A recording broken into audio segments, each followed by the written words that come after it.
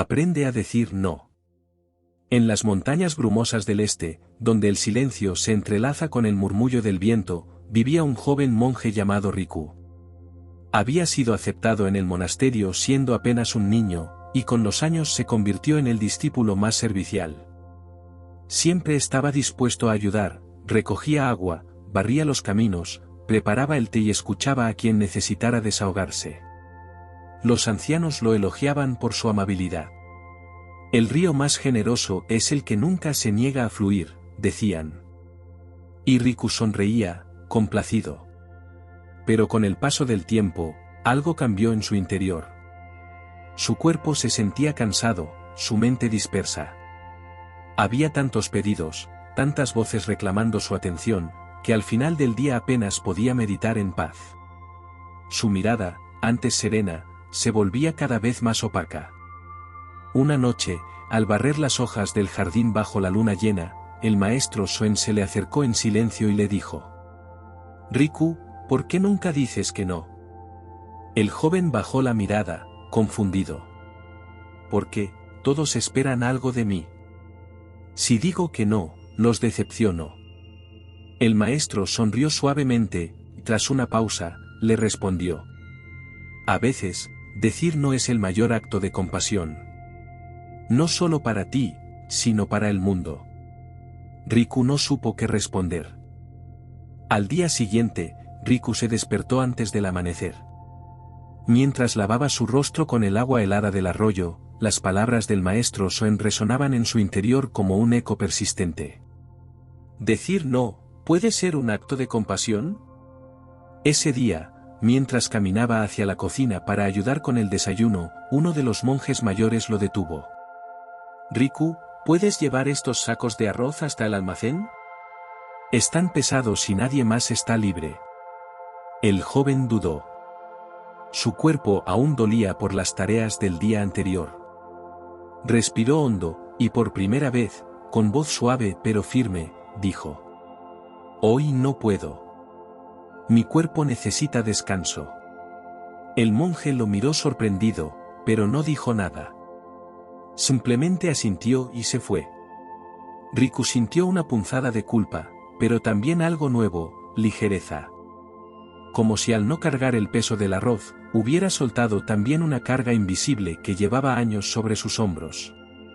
A lo largo del día, continuaron llegando peticiones. Y por primera vez, Riku comenzó a elegir. No desde el ego, sino desde el equilibrio. Ayudaba cuando podía, y cuando no, decía no con respeto. Descubría que cada negativa sincera abría espacio para una afirmación más verdadera. Esa noche, durante la meditación, sintió que su respiración fluía más honda. Su mente no estaba ocupada con pendientes, ni con la ansiedad de agradar. Solo estaba ahí, presente, como una roca en mitad del río. En los días que siguieron, algo curioso comenzó a suceder en el monasterio. Al principio, algunos monjes murmuraban a espaldas de Riku. Antes era más amable, decían. Ahora parece egoísta.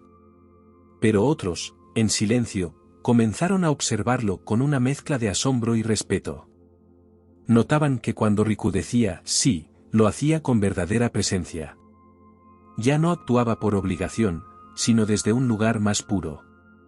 Su servicio, aunque menos frecuente, era más profundo, más sereno. Una tarde, mientras cortaba leña, el maestro Soen se le acercó nuevamente. ¿Cómo te sientes, Riku? El joven dejó caer el hacha con suavidad y lo miró. Extrañamente, libre. Al principio tuve miedo. Pensé que los demás dejarían de quererme.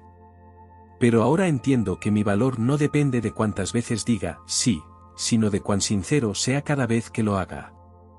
Soen asintió, satisfecho. Un bambú que se dobla ante todo viento termina rompiéndose. Pero el que se mantiene firme en su centro, vive por siglos. Riku asintió, comprendiendo que aprender a decir no no era un acto de rechazo, sino una forma de proteger su paz, y desde ahí, ofrecer lo mejor de sí al mundo. Con el paso de las semanas, Riku se convirtió en una presencia distinta dentro del templo. Ya no era el joven que siempre estaba corriendo, buscando complacer, agotado por dentro. Ahora caminaba con calma, hablaba poco, y su mirada tenía la quietud del lago en otoño. Un día, uno de los novicios más jóvenes, llamado Yuta, se le acercó con ansiedad en el rostro. «Hermano Riku, todos me piden ayuda. Me esfuerzo por complacerlos, pero me siento cada vez más cansado. ¿Estoy haciendo algo mal?» Riku lo observó con ternura, como quien se reconoce en un espejo del pasado. «No estás haciendo nada mal», Yuta respondió. «Solo estás olvidando algo esencial, tú también eres digno de cuidado. Cuando das sin medida, poco a poco te vacías. Pero si aprendes a honrar tus límites, tus actos dejan de ser un deber y se vuelven ofrendas». Yuta frunció el ceño, confundido. «¿Pero no es egoísta decir no?». Riku sonrió y tomó una taza de té humeante, ofreciéndosela. «Bebe. ¿Está caliente?». Yuta asintió, soplando la superficie. «¿Y si la sirviera sin detenerme, hasta que rebose y se derrame?». «Se quemaría mi mano», respondió. «Exactamente», dijo Riku. «Aprender a decir no, es como saber cuándo dejar de verter. No es egoísmo. Es sabiduría». Yuta guardó silencio, sosteniendo la taza con ambas manos. Por primera vez comprendió que su agotamiento no era señal de virtud, sino de olvido, se había dejado a sí mismo en último lugar.